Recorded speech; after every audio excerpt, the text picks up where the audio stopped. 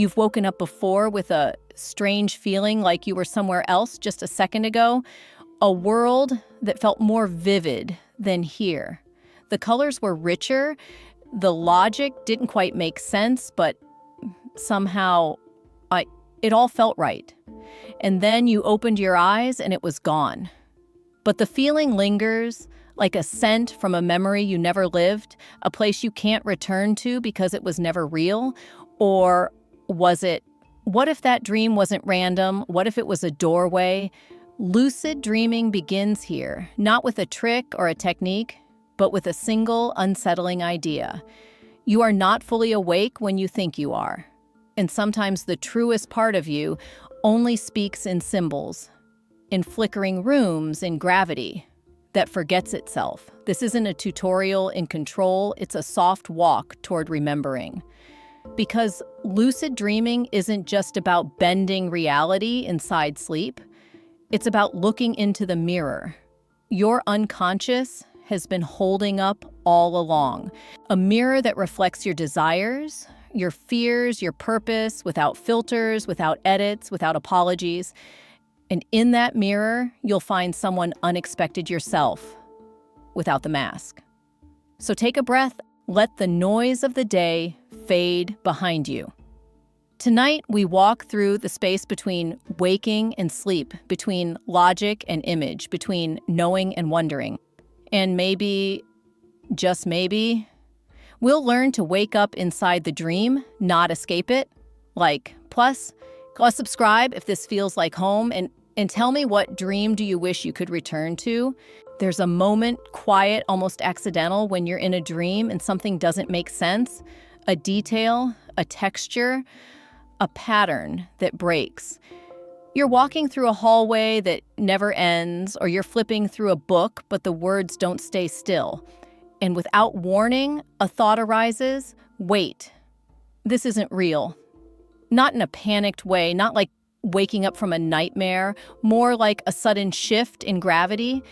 Everything still looks the same, the people, the places, the sky above you. But now it all carries a strange weightlessness.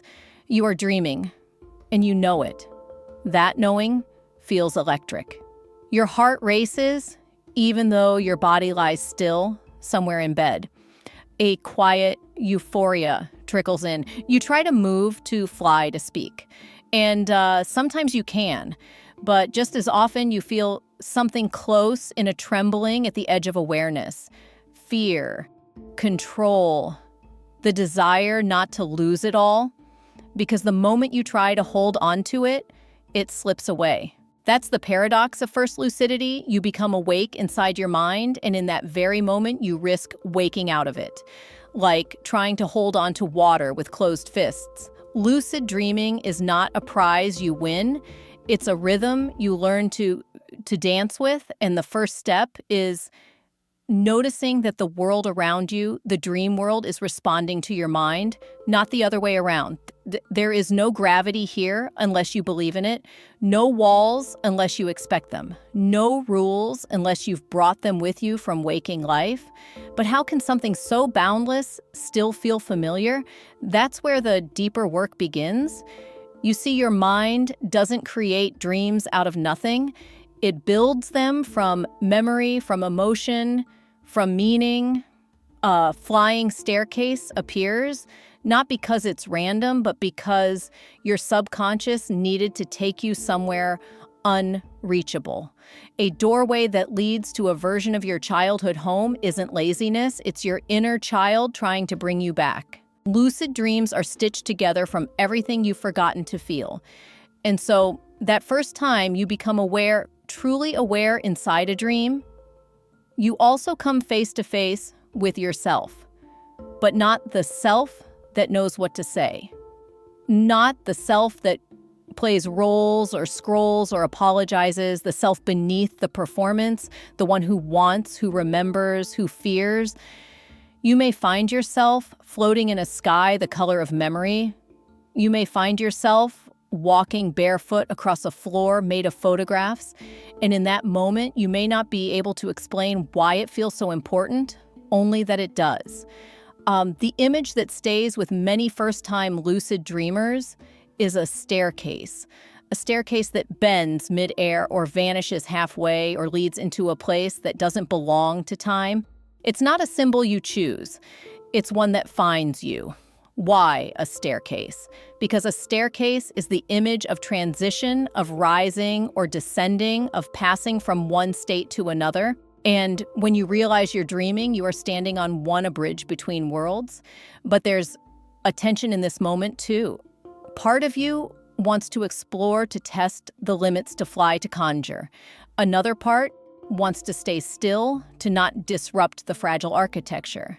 This is where control begins to surface, and with it, ego. The very thing that makes you you in waking life, the part that wants plans, begins to assert itself in the dream. And that's when things can shift. The dream may collapse or distort or push back. Because the dream world isn't just a blank canvas, it's a relationship. It responds not only to your choices, but to your state of being. The more you try to dominate it, the more slippery it becomes. But when you surrender, when you watch, observe, feel the dream opens. So here's the question. What was the first thing you did when you realized you were dreaming? Did you fly? Did you fall? Did you freeze? That first moment is telling. It reveals what your mind wants to do when no one's watching, when there are no rules, when there is only you and the mirror of your own subconscious. Some dreamers immediately fly, a longing for freedom. Others call someone they miss, a wound, seeking contact. Some look for answers, some create chaos, and some just sit overwhelmed by the wonder. There is no right way. But there is a message buried inside your reaction. The dream doesn't test you, it reflects you. So, the first time you wake up inside a dream, don't rush, look around. What's being shown to you? What are you meant to remember? That first lucid moment, that flicker of realization is a gift, not because it gives you power, but because it asks you something few things ever do. Who are you? When the world bends to your thoughts. Most people never notice they're dreaming, not because they're incapable, but because they've been trained not to notice. In waking life, we rehearse patterns, wake up, check the phone, drink, coffee, respond, perform, scroll, sleep, repeat. We move through loops with such practiced precision that even our dreams begin to mimic the structure. And so, when the impossible happens, a friend who passed away sits beside you, or you're suddenly back in your old school, or gravity forgets how to pull, you don't question it, you accept it. Because your mind is fluent in routine even when it no longer applies. This is how the ego survives, by stabilizing experience even when that stability is an illusion. Carl Jung said that most people are not individuals. They are collections of personas acting out inherited scripts. The dream world, then, becomes just another stage for the roles we've learned to play. If in waking life you never pause to ask, is this real? Why would you in a dream? You don't become lucid because your mind doesn't want to wake up. It wants to stay comfortable. It wants to believe the scenery, because questioning the dream also means questioning the dreamer. And that's where it gets hard. You may see a red balloon floating through your office building in a dream, and instead of wondering why, your brain just says, oh, that's normal, because it's easier to assimilate than to awaken. But beneath that compliance is something deeper, fear, not of the dream itself, but of what it might reveal. Jung called this the shadow, the repressed self, the parts we exile in order to function. And the shadow doesn't sleep. It builds the dream. It hides in plain sight as a stranger in a familiar place, as a voice with no mouth, as a gesture that unsettles. Lucidity requires you to see that stranger and recognize, that's me. Most people turn away. They feel the crack in the logic and patch it. They see the puppet strings and pretend not to.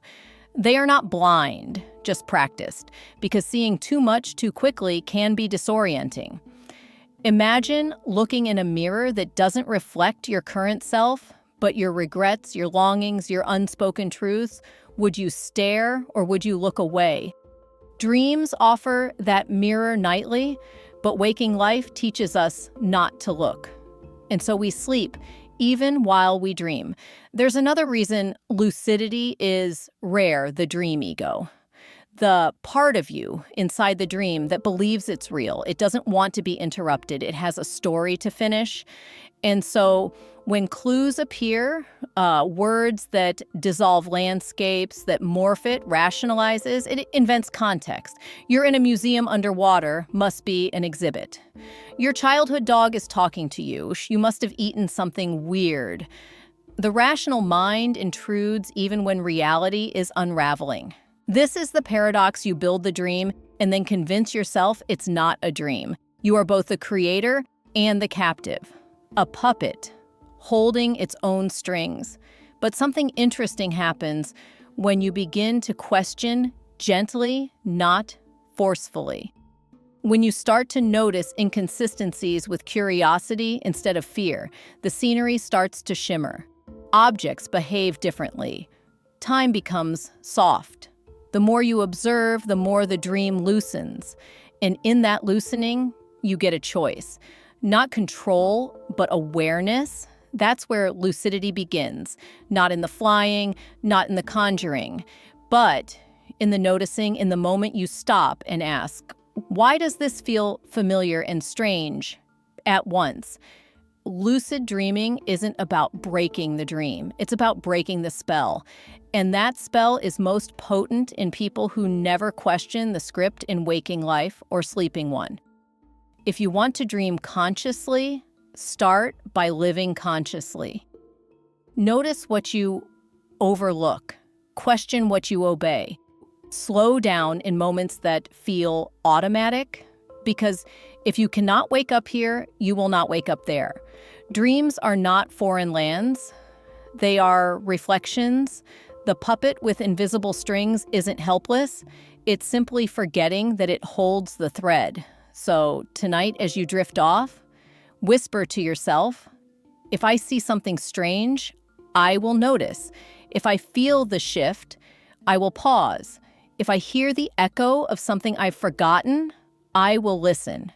And maybe, just maybe the next time your unconscious begins to build a world around you, you'll recognize the blueprint. You'll see the repetition, and you'll remember that you are not just the dreamer, you are also the dream. When we speak of lucid dreaming, we often think of it as an advanced skill, something to be trained, refined, controlled. But what if it's actually something we're born with and then forget? Most children lucid dream without ever being taught. They fly, they talk to animals, they imagine whole landscapes without doubting the logic. The boundary between waking and dreaming is softer for them, more fluid. They don't yet carry the hardened structures of adulthood, rules, logic, realism, shame. Their dreams are less guarded, and because of that, they are more free. The inner child, the version of you that still lives in imagination, remembers how to dream lucidly. It remembers how to let go, how to move through landscapes of the mind without needing them to make sense. But that child is often buried beneath achievement, beneath expectations, beneath the belief that maturity means control. Jung spoke of the divine child, a symbol of the self in its purest, most authentic form. In lucid dreams, this child often returns, not as a literal child, but as a feeling, a shift, a glimpse of color that seems too vivid, a hallway drawn in chalk, a swing set floating in the sky. These aren't random images, they are memory codes, traces left behind by the part of you that once dreamed without fear. And they appear not to confuse you, but to call you back to the mind before censorship, back to a state where questions were more important than answers. That's the paradox of lucid dreaming. The more you try to control the dream, the more brittle it becomes, but the more you approach it like a child, curious, soft, wondering, the more it responds. Control isn't the key, play is. That's why so many dreamers struggle. They try to dominate the dream, to will it into submission, but the dream doesn't work that way. It listens not to commands, but to emotions. It bends not to strength, but to openness. The inner child doesn't need to fly in the dream. It already knows it can. It doesn't ask if it's real. It simply feels. And when you begin to dream with that same innocence, that same quiet courage, the dream changes shape. You stop trying to do and you begin to be. That's where the magic is.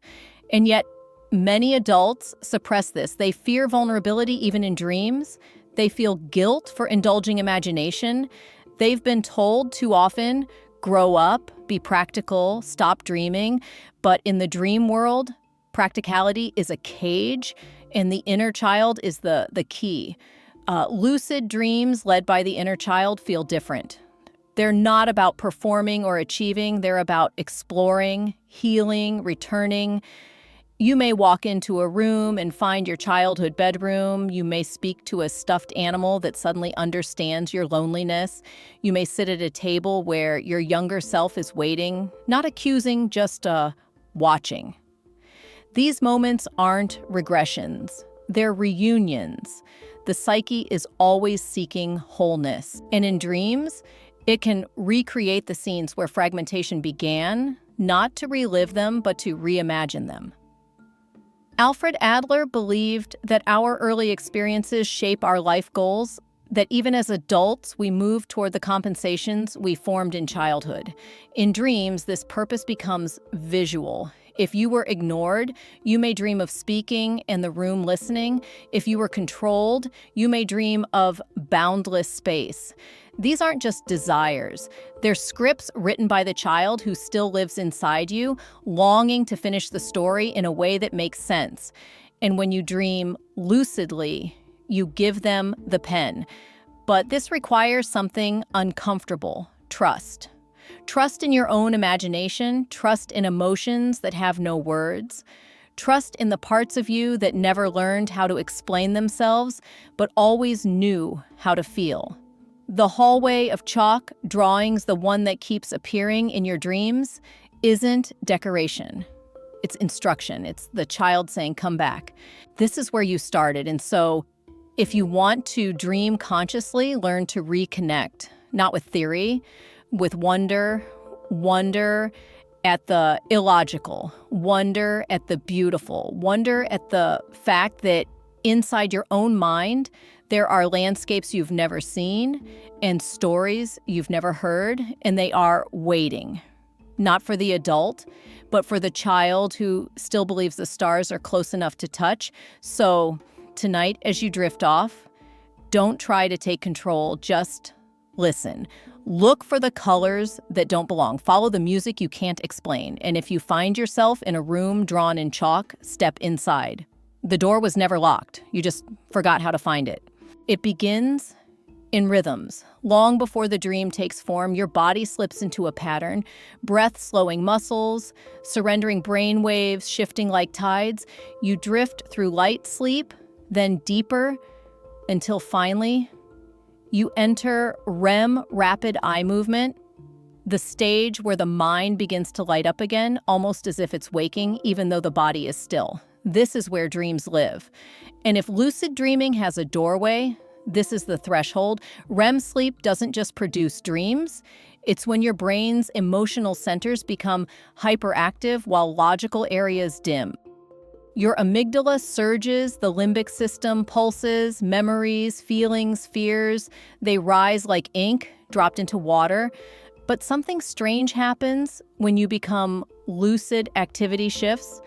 The prefrontal cortex, the seat of reasoning, reactivates. It's like waking up in the middle of a storm and realizing you can steer. But steering isn't simple because in REM, your brain suppresses movement. It paralyzes the body to protect it to keep you from acting out your dreams. This paralysis isn't weakness, it's safety, stillness, so that your imagination can run. But inside that stillness, there's a pressure, a pulse. You feel it when you try to move in a lucid dream, like swimming through syrup, like pushing through thick air. This is because your consciousness is rising, but your body remains in sleep.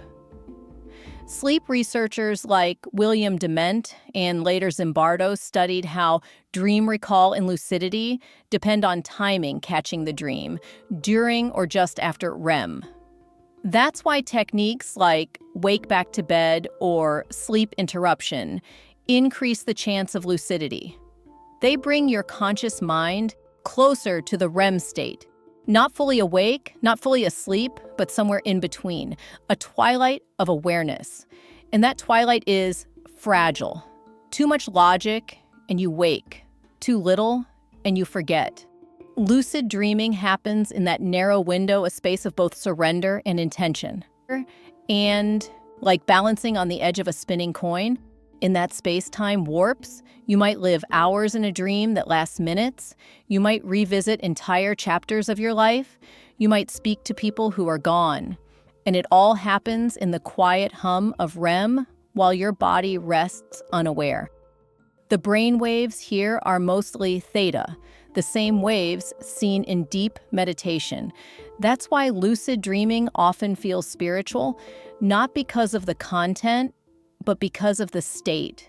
You are conscious within the unconscious, watching your own psyche paint. And the more aware you are of your rhythms, your sleep cycles, your natural clock, the more easily you can find your way into that state. This is why control in lucid dreaming isn't about force, it's about timing, about attunement, about knowing when to let go and when to direct. You don't demand lucidity, you invite it. You don't conquer the dream, you synchronize with it, like catching a wave, like entering a conversation already in progress. And when you do, when your awareness threads itself gently into the fabric of REM, the dream opens. Symbols become clearer. Emotions become malleable. The impossible becomes responsive. But this requires patience. Many people chase lucid dreaming like a goal, something to be won. But the mind doesn't work that way. The unconscious doesn't respond to conquest. It responds to rhythm, symbol, sincerity. So, if you want to become lucid more often, don't just practice techniques, learn your own sleep. Pay attention to the moments you wake naturally. Notice the time you most often dream. Begin to treat REM not as a tool, but as a friend, a messenger, a ritual. You are not hacking your brain, you are listening to it, and when you listen long enough, you'll hear the call. The heartbeat inside the spinning clock, the breath between the waves, and you'll realize the dream is not outside of you. It is you in motion, in rhythm, in reflection, and you've been dancing with it all along. Lucid dreaming sounds like liberation, the idea that you can awaken inside your own mind, bend reality, and explore hidden landscapes. But what most don't talk about is the fear. Not the fear of nightmares, not the fear of monsters, but the quieter, deeper fear, the fear of meeting yourself without a mask. Because in the lucid dream, you can't look away. You can't distract yourself with noise. You are faced with the raw material of your psyche, unfiltered, unsupervised, and often unkind. And here's the paradox. The more lucid you become, the more vulnerable you are. Vulnerable, not to what's outside, but to what's within. Your ego, which protects you in waking life, which organizes your identity, manages your social roles, plans your day, has no real power in dreams. At best, it watches. At worst, it resists. And resistance often manifests as fear. Nightmares that escalate the moment you become aware. Shapes that chase you. Places that collapse. Your ego doesn't want you to explore it, wants you to retreat. Carl Jung called this the confrontation with the shadow. The parts of you that have been repressed, denied, or forgotten. These fragments don't disappear. They hide. And in lucid dreams, they come back not to punish, but to be seen. Imagine standing in front of a mirror, but instead of your face, you see someone you once were, or someone you could have become, or someone you pretend not to be. These mirrors appear in dreams, often literal and symbolic, and sometimes they crack. The most common image is this: your reflection blinks when you don't. A subtle break in symmetry, a small revolt. The dream is asking, are you ready to meet the part of you that doesn't perform? For many, the answer is no, and so they wake, or the dream distorts, or a fear takes shape, something monstrous, but that monster isn't random. It is symbolic. It may be shame, it may be grief, it may be desire you've never allowed yourself to feel. It's the rejected emotion given form. And here, the ego deploys its defenses: denial, rationalization, control. Even inside a dream, it tries to manage the narrative. But the dream doesn't obey. It reflects. And when you stop resisting, when you turn toward what you fear, the dream softens. The monster shrinks, the room brightens, or sometimes you wake up crying, not from terror, but from release, because you've just met a part of yourself you've long exiled. This is why many first lucid dreams end in collapse, not from lack of skill, but from psychological overload. The mind senses the awakening and the ego panics. It pulls the plug, wakes you up, not to hurt you, to protect you from seeing too much too soon. And yet there's beauty here, because each encounter with fear in a dream is also an invitation to heal, to integrate, to soften the line between who you think you are and who you actually are. Alfred Adler believed that people are driven not by past trauma, but by a desire for wholeness, a goal of self-completion. Lucid dreams are a glimpse of that goal, not as an idea, but as a space, a place where all parts of you, even the ones you've buried, can speak, but only if you listen. So, the next time the dream starts to turn and fear rises, ask, what is this image trying to show me? Not what it means, not how to defeat it, just what it's saying. The cracked mirror, the voice behind the door, the stranger who knows your name. These are not threats, they are signals, symbols of inner conflict, and when you face them with curiosity, not judgment, the dream begins to shift. You move from fear into witnessing, from resistance into presence.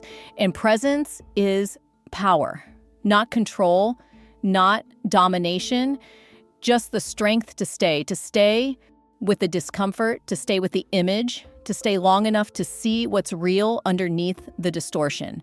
That's where lucidity deepens. When you are not just aware that you are dreaming, but aware of what the dream is trying to say. And that awareness is the beginning of healing. There are patterns in your dreams, clues, breadcrumbs, quiet repetitions that appear over and over, not by accident, but by design. A hallway that always bends to the left. A certain song playing faintly in the background. An animal watching you from a distance. These are dream signs, symbolic elements planted by your subconscious, hoping you'll notice. Most people don't. They drift through the dream as though it were real, missing the strange logic, the impossible details, the familiar strangeness. But if you pause, if you learn to recognize these signs, the dream opens. Dream signs are not loud. They whisper, they flicker at the edge of attention, and that's why they're so powerful. Because in learning to notice them, you begin to train the very skill that makes lucid dreaming possible: metacognition. The ability to think about thinking, to question what you're experiencing while experiencing it. It begins in waking life. You start to notice patterns. You ask, how did I get into this room? What was I doing a moment ago? You look at your hands, are they solid? You glance at a clock, then look again, do the numbers change? These checks may seem silly, but they plant seeds. And those seeds grow into habits. Habits that carry into dreams. Because your brain doesn't compartmentalize awareness, it builds routines. And if your routine is to notice, to question, to gently doubt, you'll eventually do it while asleep. And in that moment, when the hallway bends the same way again, or the text on the sign refuses to stay put, something inside you will flicker. Wait, I've seen this before. That flicker is lucidity knocking, but dream signs are more than just cues, they're messages. Your subconscious uses symbols because it speaks in image, not language. A flock of birds flying backward isn't just strange, it might represent time reversing. A doorway without a room might speak to a transition you're resisting. The meaning isn't fixed, it's felt, and the more emotionally charged the symbol, the more likely it is to recur, because your mind is trying to resolve it. Like a loop that hasn't finished. Sometimes the sign is a person, someone you haven't spoken to in years, or a place you've never been but feel you know. Sometimes it's a scenario being chased, losing your voice, falling endlessly. These aren't random fears. They're metaphors, representations of inner states, and once you become aware, they become tools. A chasm in the ground becomes a place to build a bridge. A locked room becomes a place to find a key. Lucid dreamers often learn to cultivate dream signs. They keep journals, write down details, track symbols, look for what repeats, not just to increase lucidity, but to understand themselves. Because the dream world, if nothing else is honest, painfully so, it doesn't lie, it reveals, and it reveals through repetition, through the language of the irrational. But here's the paradox. What seems nonsensical in the dream is often what makes the most sense in the soul. A tiger with your mother's voice, a stairwell made of leaves, a mirror that shows you older or younger or as someone else. These aren't errors, they are mirrors. And mirrors, even in dreams, ask you to look. So the next time you're in a dream and something strange happens, pause, don't panic, don't try to control, just notice, ask. What is this trying to show me? Not what does it mean in a textbook, but what does it stir in me? What emotion rises? What memory flickers? What truth do I feel before I understand? This is the art of dream signs. Not just to spot the symbols, but to feel into them. To treat the dream, not as a puzzle to be solved, but a language to be heard. Because every backward bird, every melting book, every impossible sky is you speaking. And you've always been trying to get your own attention. It begins in stillness, not the kind you choose, but the kind that chooses you. You wake or think you do, and your eyes flutter open. The room looks familiar. Your bed feels right. But something is wrong. You can't move. You try to lift your arm to call out to shift your body, but nothing responds. And then maybe a presence enters the room, a weight on your chest, a shadow in the corner, a sound that doesn't belong. This is sleep paralysis, a threshold between worlds, a space where the body sleeps, but the mind wakes without agreement. Terrifying for many, but sacred too. Because what feels like a trap is often a doorway. And that doorway, if you learn to stay, can open into lucid dreaming.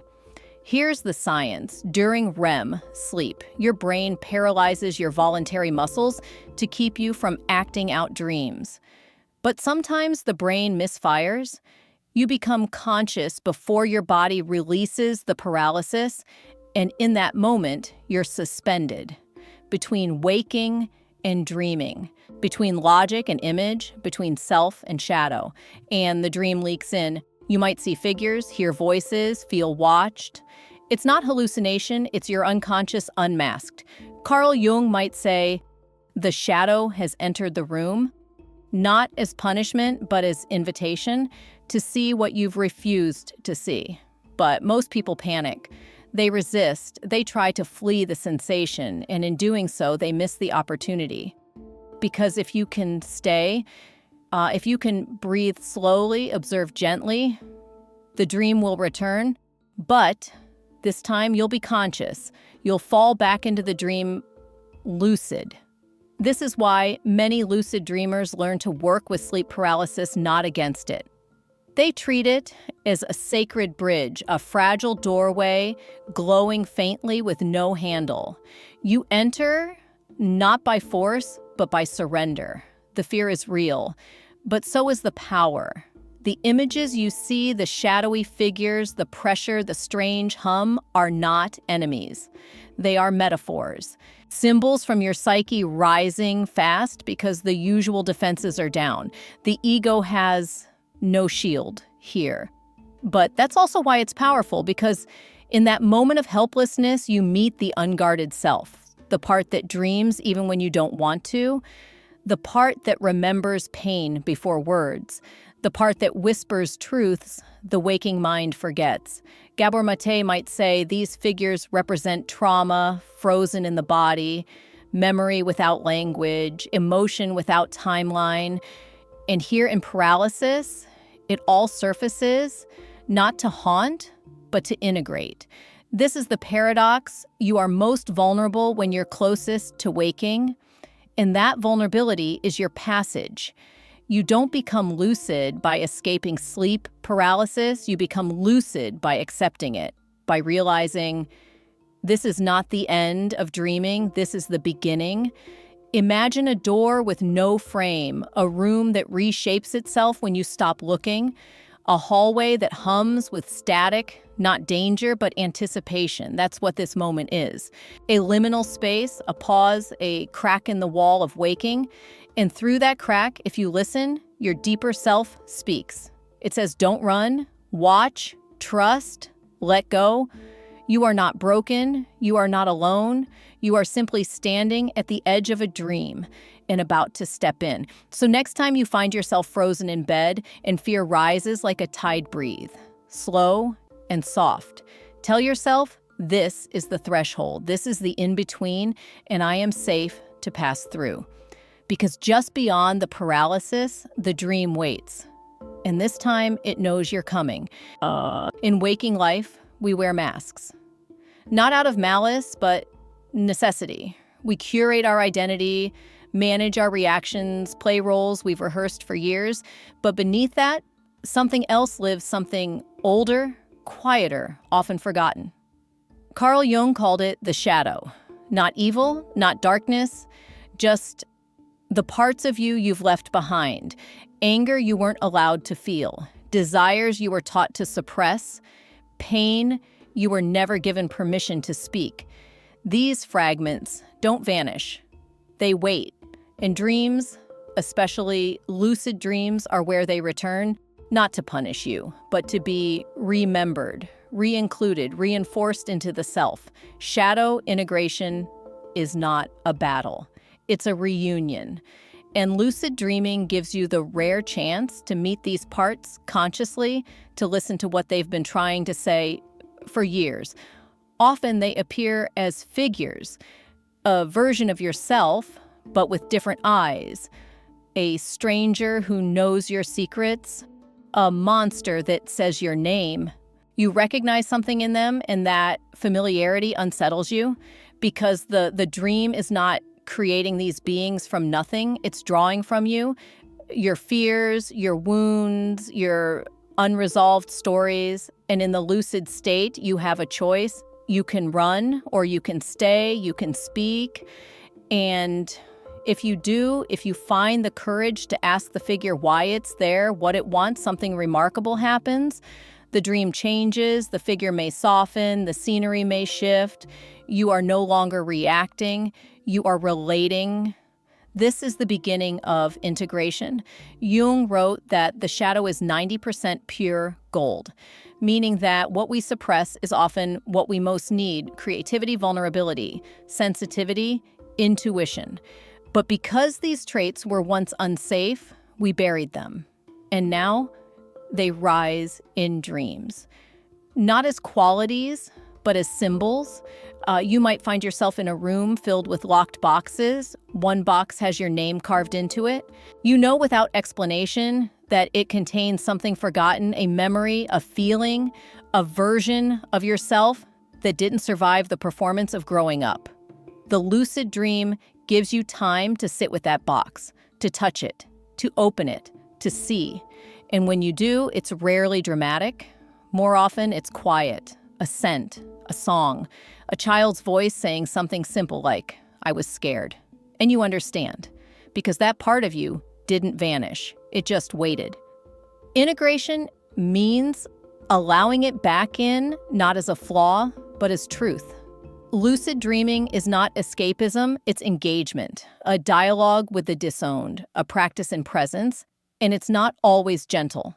Sometimes the shadow fights back. It resents being ignored. It may throw chaos into the dream storm's fires, collapsing floors, but even then the message is clear. You cannot silence what seeks wholeness. The more you avoid, the louder it becomes. But the moment you turn toward it, just turn, the dream begins to listen. It doesn't demand you fix anything, just witness, just feel. This is what true lucidity is. Not flying, not conjuring, but sitting in a room with the forgotten parts of yourself and saying, "I see you. I'm listening now." That's where healing begins. Not in clarity, but in contact. So tonight, if you become aware in a dream, look for the one who doesn't belong. The out-of-place figure, the locked door, the eyes in the mirror that aren't quite yours. And instead of changing the scene, step toward it, ask it what it needs, and listen not with your ears, but your heart. Because the dream isn't trying to confuse you, it's trying to complete you. Even in sleep, you are reaching for something, a place, a feeling, a resolution that eludes you by day. Lucid dreams are not random playgrounds of the mind, they are blueprints. And behind the surreal logic, there is often a deep structure, a motive, a goal. Alfred Adler, the Austrian psychologist who believed that all human behavior is goal-driven, not past-bound, might say that even our dreams move with purpose, that the dream is not a regression into memory, but a rehearsal for becoming. And in lucid dreaming, that rehearsal becomes conscious. You begin to see the architecture of your inner world, not just the rooms and symbols, but what you're building toward. Maybe it's peace, maybe it's power, maybe it's connection. Whatever it is, the dream will reveal it in shape and form. A city that changes each time you look at it. A house you keep returning to but never quite finish. A train that departs the moment you arrive. These are not random events. They are symbolic reflections of the purpose your psyche is pursuing, the one you often ignore in waking life. And here's the paradox: in the dream, you already have what you chase in waking life. The question is, what do you do with it? When given full freedom in a lucid dream, when you can fly, conjure, rewrite time. Where do you go? Who do you seek? What do you build? Your answer reveals more than any personality test. Some create worlds, craving control or expression. Some seek out people, longing for healing or reunion. Some simply observe, finding joy in presence alone. All of these reveal purpose. Adler said that even symptoms have purpose, that the unconscious designs suffering to serve a greater narrative. Dreams follow the same law. The impossible scenery, the repeating symbols, the lucid awareness, all of it points not to escape, but to intention. And when you begin to align with that intention, the dream becomes clearer, less chaotic, more responsive, because it recognizes you as a participant, not a tourist. But recognizing your purpose is uncomfortable. You might dream of a life you're afraid to live, a role you secretly want but feel unworthy of, a voice you don't use in waking life finally speaking. These moments can feel painful, not because the dream is cruel, but because it's honest. And honesty, unfiltered, can sting, yet there is power here. Because what the dream reveals, it also offers the city that reshapes when you look away. Maybe it's asking you to look longer. The room you can't seem to light. Maybe it holds a truth you've kept in the dark. The person who won't face you. Maybe that's a part of you still in hiding. Adler's psychology wasn't about fixing the past. It was about reorienting the self toward a goal. And lucid dreams in their strange beauty show us those goals in metaphor. You may not wake with a plan, but you might wake with a feeling, a pull, a knowing that your dreams aren't just stories. They're strategies designed by a self that wants more for you than survival. Designed by a mind that remembers who you were before the masks.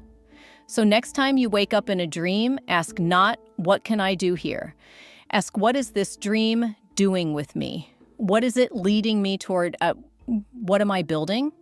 And if you see the city that changes shape, walk into it. Let it guide you. You may find that what you're seeking has been seeking you too. You open your eyes, you sit up, everything looks normal, your bedroom, the light outside the phone on your nightstand, but something feels off. Maybe the clock flickers strangely. Maybe your reflection doesn't follow your movement. Maybe you feel watched. Even when you're alone, then it hits you, you're still dreaming. This is a false awakening, a dream that mimics waking life so precisely that even your awareness is fooled. And it's one of the most disorienting and illuminating experiences a lucid dreamer can face, because here the dream doesn't disguise itself in fantasy. It disguises itself as reality. It wears the skin of routine, the floorboards creak the same way, the toothbrush is in its usual spot. Your phone shows your real lock screen, but none of it is real. And the more you try to assert control, to test, to prove, to stabilize, the more unstable it becomes. This is the loop of control. The paradox that haunts lucid dreaming, the more desperately you try to wake up, the deeper you sink. You might wake into another dream. You might rise from bed only to realize later, again, you never left. Some experience this loop multiple times in a night, peeling back layers of false awakening like nesting dolls. Each one feels more real than the last. And this raises a haunting question. How do you ever know when you're truly awake? The answer isn't simple, because both waking life and dream life rely on the same faculties: perception, memory, narrative. Your brain can simulate reality with staggering precision. The only thing it can't fake is awareness. Not just being conscious, but being conscious of being conscious. That's the only compass in the dream loop. Not logic, not detail, but presence. So when you find yourself in a space that feels real but tugs at your intuition, pause. Don't rush. Look around with soft eyes. Does the clock behave? Does your hand look right? Can you recall how you got here? Not in story, but in feeling. If something doesn't line up, you may be dreaming. And if you are, you've been given a gift. Because false awakenings aren't failures. They are mirrors. Your mind is testing you, not cruelly, but curiously. It wants to know, can you tell when you're lying to yourself? Can you recognize the performance even when it's perfectly staged? This is why false awakenings often carry emotional weight. Some feel trapped, others feel liberated. Some weep upon realizing they're still asleep. Some smile, relieved that reality hasn't returned just yet. There's no correct response, only insight. The dream is showing you how tightly you grip reality, how much you need certainty, how quickly you fill in blanks to maintain control. And when you see that truly see it, the loop breaks, not because you escaped, but because you surrendered. you stopped trying to force the narrative. You let go of the need to know. And in that surrender, lucidity deepens. You become not the controller, but the observer. The dream no longer needs to trick you because you are no longer demanding answers. The alarm clock that melts when you touch it, the doorknob that spins endlessly, the room that reshapes as you blink, these aren't glitches, they're invitations to sit with uncertainty, to see how much of your life, waking or dreaming, is built on habit, on expectation, on illusion. And here's the strangest part: sometimes the most lucid dreamers are those who stop needing to wake up, who stop fighting the loop and begin exploring it, who ask if this is still a dream. What does it want me to notice? What haven't I faced? Because even false awakenings have purpose. They show you how deep the dream goes, and sometimes how deep the waking dream goes too. So next time you wake up, don't assume. Check gently. Ask softly. And if the world wavers, don't panic. You're not lost. You're just dreaming still. Desire walks quietly in dreams. It doesn't shout. It doesn't announce itself. It simply appears woven into scenes that feel too intimate, too vivid, too charged. In lucid dreaming, this can be startling. The moment you realize you are dreaming, the world responds, and often desire responds first. A person appears, a sensation rises, a door opens onto something you didn't ask for, but have longed for. Not always sexually, but deeply, emotionally, spiritually. Lucid dreams do not censor. They do not filter. And so the parts of you that remain quiet by day, the longing, the ache, the hunger, rise to the surface, not to shame you, but to show you what you've buried. This is the paradox. In lucid dreams, your truest desires can finally breathe, and yet you may find yourself afraid of them, not because they're wrong, but because they're real. Carl Jung believed that the unconscious seeks integration, not perfection, that what we dream of is not indulgence, but wholeness. In this space, sexuality is not just physical, it is symbolic. A merging of selves, a reunion of parts. You might dream of a stranger who feels familiar, a kiss that carries a memory, an encounter that leaves no guilt, only understanding. The ego, trained to suppress, may resist. It may rationalize or interrupt, but the dream continues because the unconscious knows you better than you allow. And it wants you to know that desire is not danger. It is language, a candle burning underwater, soft, silent, impossible, and yet alive. Desire in lucid dreams often brings up confusion. You may feel attraction to someone unexpected. You may become someone else. Gender may blur. Identity may shift. These are not distortions. They are messages, clues from the deeper self that longs to be whole, to feel without fear, to want without shame. Gabor Maté reminds us that repression is not morality, it is survival.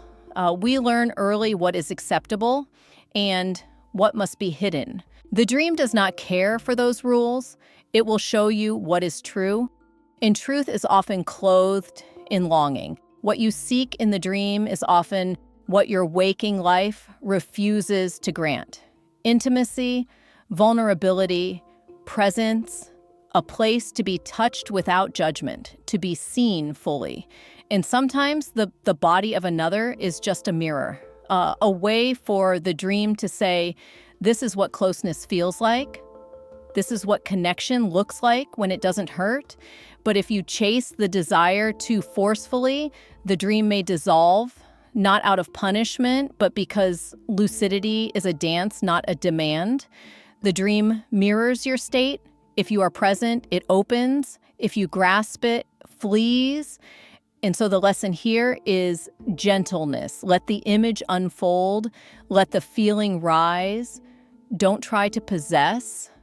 Let the candle burn, even if it makes no sense underwater. The goal is not gratification. The goal is recognition. Because when you look into the eyes of the figure you desire in the dream, you are also looking at a part of yourself, a need, a memory, a message. And if you can stay, not act, but stay, you may hear what that desire has been trying to say all along. Maybe it's not about touch. Maybe it's about truth. Maybe what you want isn't physical but emotional. Maybe the stranger you kiss is the part of you that longs to feel safe in their own skin. Lucid dreams are sacred in this way. They peel away the outer stories and reveal what pulses underneath. And in that space, desire becomes a compass, not toward pleasure, but toward self. So next time you find yourself lucid and desire enters the dream, pause. Look gently, ask softly, what is this really about? What part of me is trying to be seen? And let the answer come not in words, but in warmth, because the dream doesn't judge you, it mirrors you. And what it reflects is yours to accept. There's a moment unsettling, quiet, irreversible when you die inside a dream. Maybe you fall, maybe you're shot. Maybe the world around you crumbles and you feel yourself leaving the body you thought was yours. The scene might fade to black or not. Sometimes you watch from above. Sometimes you remain present in the void. And sometimes, most hauntingly, you simply wake up. Not screaming, not shaking, but wondering, why didn't I disappear? Dream death is unlike anything waking life prepares you for. It strips away your identity in seconds. No roles, no name, no continuity, just release. And in that release, a question forms: if I am not this body, not this name, not even this story, then what am I? Lucid dreamers sometimes fear this moment, not because of the death itself, but because of what follows: nothingness, or worse, something watching. The paradox is this: dying in a dream doesn't end the dream, it expands it. You become the observer, the witness beyond form. And this boundary, the dissolution of self, is where things get quiet, almost holy. Carl Jung spoke of individuation, the process of integrating all aspects of the psyche to become whole. Dream death is a moment of forced individuation. The ego dies. The persona dissolves, and what's left is not absence, but essence. Not a void, but a space. A soft, infinite space where something remains aware. Not you in the usual sense, but awareness itself. This is where the illusion of control shatters. Because in death, even imagined death, there is nothing to manage, nothing to hold, and yet you remain. You might find yourself in a place beyond landscape, a fog that breathes, a light that doesn't shine but listens. Or a field with no sky where a single grave bears your name, and instead of grass, flowers bloom from it. A symbol of renewal, of return, of meaning emerging from endings. In this space, the boundary of self softens. You are no longer confined to the dream character you were playing. You are the space around the dream, the I behind the image, and from that place, you may re-enter the dream, lucid still but quieter, less inclined to fly or conjure, more drawn to sit, to observe, to feel the strangeness of having died and remained. This kind of death is not traumatic. It's clarifying. You realize that the dream self, the one who ran, who desired, who feared, was never the whole of you. Just a mask, a symbol, a sliver, and the real you, the witnessing presence, has always been there, watching. Beneath every dream, beneath every waking moment, too. This realization doesn't make life less real. It makes it more tender. Because if the self is fluid, if death in a dream is not the end, but a shift, then maybe death in life is the same. Maybe we are more than the roles we cling to. Maybe we are not bound by identity, but held by awareness. And maybe that awareness continues through sleep, through waking, through endings we cannot name. The ego resists this, it fears dissolution, it clings to form, but the dream has no such fear. It lets you die and shows you what remains. So if you ever die in a dream, don't panic, don't resist. Let it happen and then stay. Stay present, stay soft, watch what unfolds in the absence of you, and ask who is watching now. Because in that question, the boundary between dreamer and dream dissolves, and what remains is not a person, not even a soul, just presence, infinite, still, listening. Some memories don't live in time. They live in the body, in silence, in places your mind avoids without knowing why. These aren't just events, they are echoes of what couldn't be said, couldn't be processed, couldn't be felt all the way through. Gabor Maté calls this the essence of trauma, not what happened to you, but what happened inside you when it did. And in lucid dreams, the body's silence becomes a voice, a setting, a story that replays not to torment, but to invite healing.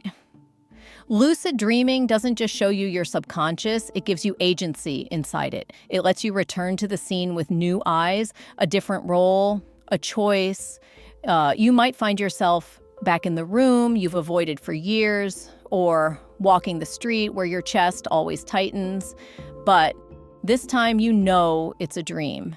You are lucid, awake, present, and that presence, that awareness shifts everything.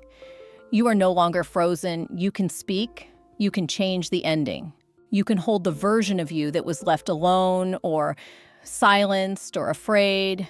You can say the words no one said, I see you. You didn't deserve that. You're safe now. This isn't fantasy. It's repair, neural repair, emotional repair, memory integration. The brain doesn't distinguish between real and imagined when the feeling is real. And in dreams, the feelings are real. More vivid, more pure. You don't need to analyze the trauma, you just need to witness it with compassion. That alone rewires something. The child inside the burning house isn't just a metaphor, it's you, the part of you that got left behind. And in the lucid dream, you can walk through that fire and take their hand. You can carry them out, you can let them cry, you can hold them until they fall asleep. This is how the nervous system rewrites itself, not through logic, through experience, re-experience. The lucid dream offers a space where trauma is not relived, but re-seen, where helplessness becomes presence, where flight becomes return, and it does so gently, symbolically, not always through direct replays, but through symbols that echo the wound. A locked door, a broken toy, a voice that never answers. These are invitations, soft reminders from the psyche, and when you approach them with openness, the dream shifts. The door opens, the toy mends, the voice speaks back, and you realize healing doesn't mean forgetting, it means being able to stay with the memory, to stay with the feeling, to stay with yourself. The paradox here is tender to move on from trauma, you often must go back. Not to suffer again, but to retrieve the part of you that got stuck. And the lucid dream lets you do that with grace, with awareness, with choice, not as a victim, but as a witness, a guide, a healer. And sometimes after such a dream, you wake up and cry, not from pain, from relief, because something unspoken finally found its voice. Something stuck finally moved. And the ache that felt eternal softened. So tonight, if you find yourself lucid and the scene shifts into something painful, don't run. Stay, breathe, know you are safe.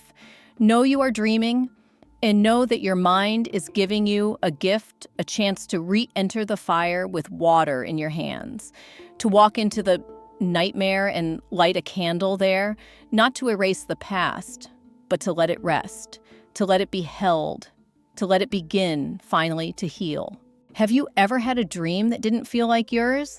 A scene so vivid yet so unfamiliar, as though you were borrowing someone else's memory or stepping into a story mid-sentence? Sometimes these dreams feel inhabited, not by fictional characters, but by presences, real ones. And you wake wondering, was someone else dreaming this too?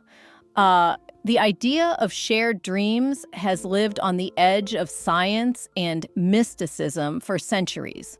Across cultures from Aboriginal dream time to Tibetan dream yoga, there have been whispers of dream spaces not bound by the individual mind. Carl Jung called this the collective unconscious, a psychic field we all draw from, filled with archetypes, symbols, and primal truths. He believed dreams are not just personal, but transpersonal. That when we dream, we sometimes step into patterns older than our lives, that certain symbols don't belong to us, they belong to us all. A river that flows uphill, a lion with a human voice, a door that leads into a spiral. These images have been seen before, not just in your dreams, but in myth and story, in the dreams of others. And when you lucid dream, your awareness doesn't just stay inside your personal psyche. It drifts outward into something vaster, shared terrain, a psychic landscape shaped by collective memory. Some lucid dreamers report encountering others not dream figures, but presences that feel autonomous, intelligent, as if they knew the dreamer was dreaming, as if they too were awake.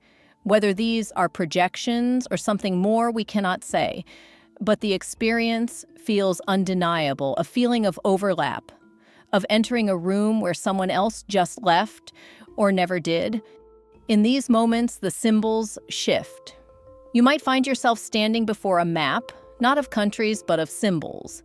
A serpent curled around an egg, a tower crumbling into water, a staircase made of breath. These are not yours alone. They are part of a dream language spoken by the collective unconscious.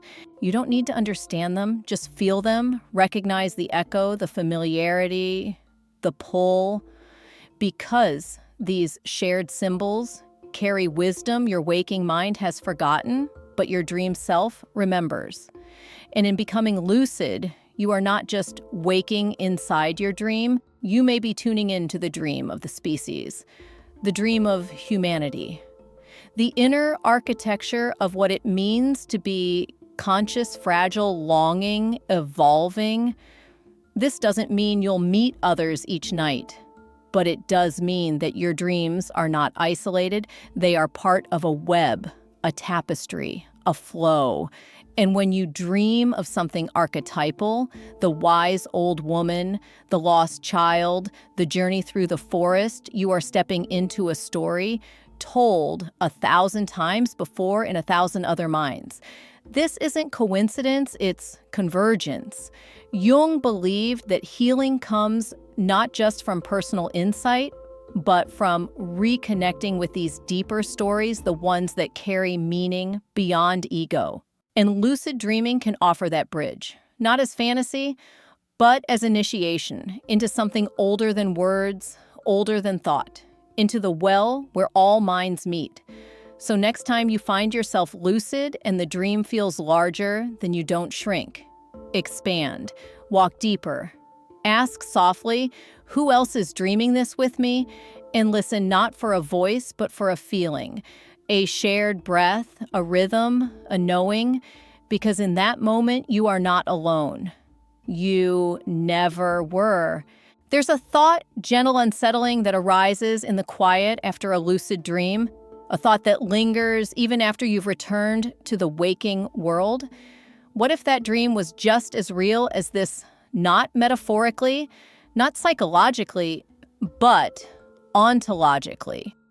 What if reality isn't a singular structure, but a spectrum, waking life, dream life, and everything in between, layers of experience shaped by attention, emotion, presence? This idea, once confined to mystics and poets, now lives in the folds of quantum theory, simulation, hypothesis, and multiverse speculation. The mind, it turns out, may not merely observe reality, it may generate it. In a lucid dream, you don't just navigate a pre-existing world, you co-create it. The trees bend when you expect them to. The sun lingers because you asked it to. The ground holds you until you decide to fly. And the paradox is this: it all feels just as vivid, just as sensory as waking life, sometimes more. Taste, light, emotion, amplified, refined. How do we explain this? Neuroscience suggests that consciousness is a closed loop, interpreting signals, filtering noise, building models.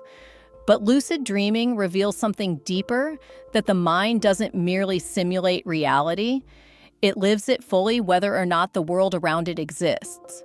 So we ask if you can think, feel, learn, grow, and remember inside a dream. What makes it less real? Because what we call real is often just what we collectively agree upon, but dreams don't require consensus. They require experience, and in that experience, something cosmic stirs. You may find yourself floating, looking down on your sleeping body. You may pass through a mirror and find yourself in a city that pulses with color and thought. You may touch something that cannot be named, a presence, a silence, a truth that wakes something older inside you. These aren't just symbols, they are thresholds, echoes from something bigger. Perhaps consciousness is not confined to flesh. Perhaps it travels. Perhaps the dream is not just the mind unwinding, but the soul remembering. Jung once wrote that dreams are the hidden door to the innermost recesses of the soul. Not fantasies, not noise, but communications from the depths. And in the lucid state, those communications become mutual. You speak, the dream responds, you listen, it shifts. It's not random, it's relational. And this leads to the final humbling question: what if waking life is the lesser dream? What if the clarity you feel in dreams, the impossible coherence of emotion, the immediacy of meaning is closer to truth than anything you touch with your hands? What if you wake each morning into less awareness, not more? The answer isn't binary. It's layered. Both realms hold truth. Both are mirrors. Both are stories being told by consciousness to itself. And maybe lucid dreaming is not about escaping this world, but remembering that we are more than it, that we move between realms every night, and the veil is thinner than we think. So next time you drift off and find yourself awake inside the dream pause, look up. You might see a mirror floating in the sky reflecting not your face, but your sleeping body, a symbol, a question, an invitation to wonder if I'm dreaming this. Who is dreaming me? So maybe lucid dreaming was never about taking control. Maybe it was always about something softer, the quiet permission to explore your own depths, to listen, to witness, to meet the parts of yourself that waking life has no time for, not to escape this world, but to touch the edges of another. One stitched from memory, emotion, meaning shaped not by rules, but by resonance. Where the child you once were still waits. Where the shadow speaks in symbols. Where the walls breathe and time folds and nothing asks to be solved, only seen. You weren't meant to master the dream. You were meant to remember it. And in that remembering, remember yourself. The version beneath performance, the presence beneath thought, the one who flies not to feel powerful, but to feel free. Maybe the dream is just a mirror, but even mirrors are sacred. They show you what you refuse to see. And when you step through lucid, open, unafraid, you carry something back. Not answers, not control, but a deeper kind of awareness, one that lingers into daylight, one that whispers as you walk. This too is a dream, and you are still waking. So sleep gently tonight. Let your breath fall into rhythm. Let the symbols find you. Let the story unfold. And if you wake in that other world, stay a moment, look around, smile. You've been here before. You've just forgotten. End of script, drift gently, and I'll meet you in the next thought.